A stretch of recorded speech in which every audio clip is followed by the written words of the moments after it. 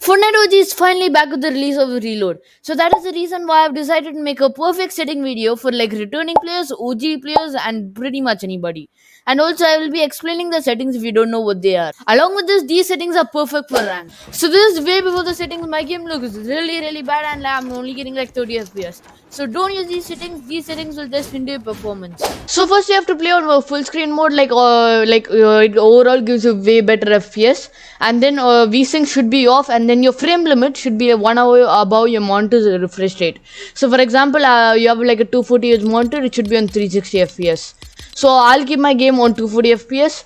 And then next you have to play on performance mode. It overall gives you like the most FPS. Unless you're on like a 4090, you have to play on performance mode for good FPS.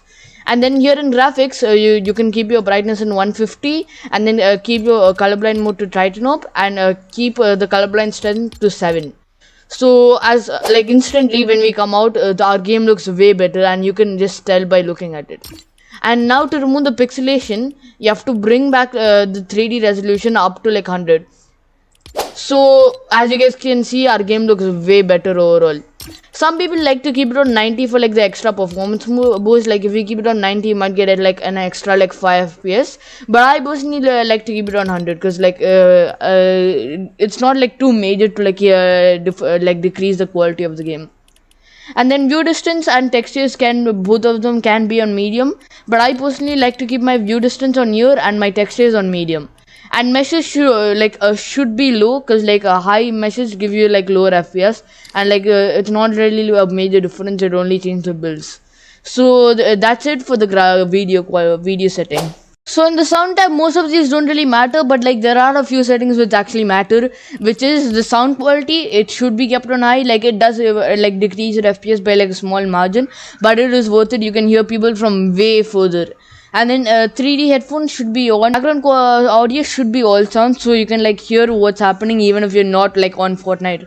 And then subtitles, like you have to keep all of them like the same settings of these for like the lowest input delay possible. And then here the most important setting in the sound tab is visualize sound effects.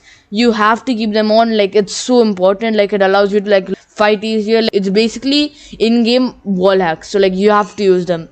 So yeah, for the language and region tab, you have to like set it to the one which you use. A lot of people use like auto, but like it actually like inflates your FPS. So like keep it to what you play on. Like so if you're playing on like NA central, you have to keep it on NA central. EU, like you can't keep it on auto, because like you'll get like ping drops and like ping increases. And then toggle sprint, you overall just have to keep keep it on. Like I see no reason why you want to keep it on off. Auto open doors is like a bit controversial. Like some people like tell you that it can lose you fights and you don't really have control over it. But like auto open doors overall is just like a way, like it makes like life way easier for you. Like I plus overall, I just don't see anyone make door edits, so like it doesn't really matter. Mantle activation should be hold jump, because like if you have it on hold forward, you might mantle or like accidentally, which can lose you fights. Then hurdle activation, also press jump. Then you have to keep hold to swap pickup. So what it basically does is that like, for example, so what it does is it allows you to switch your guns without like going to your inventory. So for example, I want to switch my pump with the gatekeeper. I can just hold my pickup weapon and it switches. Like otherwise I would have to drop it manually and then pick it up. So like it can win you fights, and it's overall way better. So like have hold to swap pickup on. Next setting, toggle targeting off, mark danger when targeting on, auto pickup weapons. Like auto pickup weapons is again like a controversial settings, because like some people tell you like it makes it harder to loot, but like overall it's just preference. But I personally use auto pickup weapons on, because like it can win you 50-50s, because like you'll or like 100% be faster than a person who's not like who has it off. So it's like you can mess around with it, but like I keep it on. Then another important setting is auto sort consumables to the right, and if you don't know what it is, like automatically sort your like heals to like to the right side of your inventory, and it can some like in some situations win you fights. And then preferred item slots, it's obviously preferred, but unless you want to become me, you're like you can use these settings right here. In building mode, you have to keep reset building choice on, disable pre-edit option off, Because some people say like it can lose you fights. It's basically like it can win you fights and it can lose you fights. But like I personally keep it on off. You can keep it on, like it doesn't really matter. And turbo building you have to keep on. I don't know what you're doing if you have it off, but like 99.99 people use it on. So yeah. Then auto confirm edits, some people use it off, some people use it on both, some people only use it on edit. So what it basically does is, like, if you don't know, like if you have it or if you have it on, like all you have to do, like as soon as you release it, it automatically edits. But like if you have it or if you have it off, like you can hold it, but you have to confirm again, so you have to press like an extra button to make the edit. Some people say like it helps you with piece control to keep it off, but like I personally keep it on, because it just allows you to edit way faster. So if in this situation I can just press the button once, but if I have it on, I have to press it 2 times. So I advise you to keep it you have to have auto edit, but if you want, you can keep it off. It's just preference. And also tons of pros you keep it off, so it's your wish overall. In the FOV, you have to keep it as a maximum as you possibly can. Some of you guys may not know this setting even exists, but you have to keep it as the maximum as you possibly can. It increases your field of view overall. Then replays, you have to keep them off, and energy saving, you have to keep them off. If you have replays on, it just has something running in the background, so it decreases your FPS.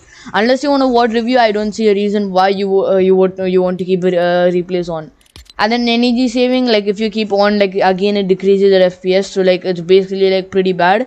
And then these are the best settings for rocket racing, so if you want, you can copy these settings right here. So in the reticle and damage feedback section, you have to keep your reticle on. Keep your reticle on unless you're using a custom crosshair like me. And then reticle ammo indicator, you have to keep it on. Damage numbers, some people like to keep it on list, some people like to keep it on cumulative. List looks better, but cumulative is overall way better. I personally use cumulative, and overall it's the better option, so use cumulative. Then reticle damage feedback, you can use any of these, but I personally do hit only, because the icons are you don't really know, you can just see from the color, so it doesn't really matter. And then damage number scale, you have to keep as the maximum you possibly can. Hard just preference, but I personally use 75%. A lot of the pros you use below 100%, so you can mess around with it and see what you want to use. So these settings don't really matter. You guys can scroll down and copy these settings if you guys want. Square and touch and motion, you have to keep these absolutely don't matter unless they're on a PS5 or Nintendo Switch. To copy all these settings if you want the lowest input delay. So we come to our last section, which is the controller sensitivity. This is overall just preference. You can copy a pro players and just change it around a bit. But if you want, you can just copy these settings if you want to play like me. But my sense, to be honest, is just weird. But yeah, you can copy this down. You can just pause the video and watch it if you want. And also, if you guys are wondering, in look input curve, I personally use linear. So yeah. And after all those settings, you're honestly moving, guys. Don't get me wrong, I'm not the most mechanical player, but dang, we're going fast. If I'm being honest here, this is the best way to improve your edit timing, edit speed, and it's all by just using these settings. It's lowered my ping, it's increased my FPS, and it also made my game look way better overall. And also, if you want to get a custom crosshair like me, you can click on this video on your screen right now, and I'll see you guys in the next one.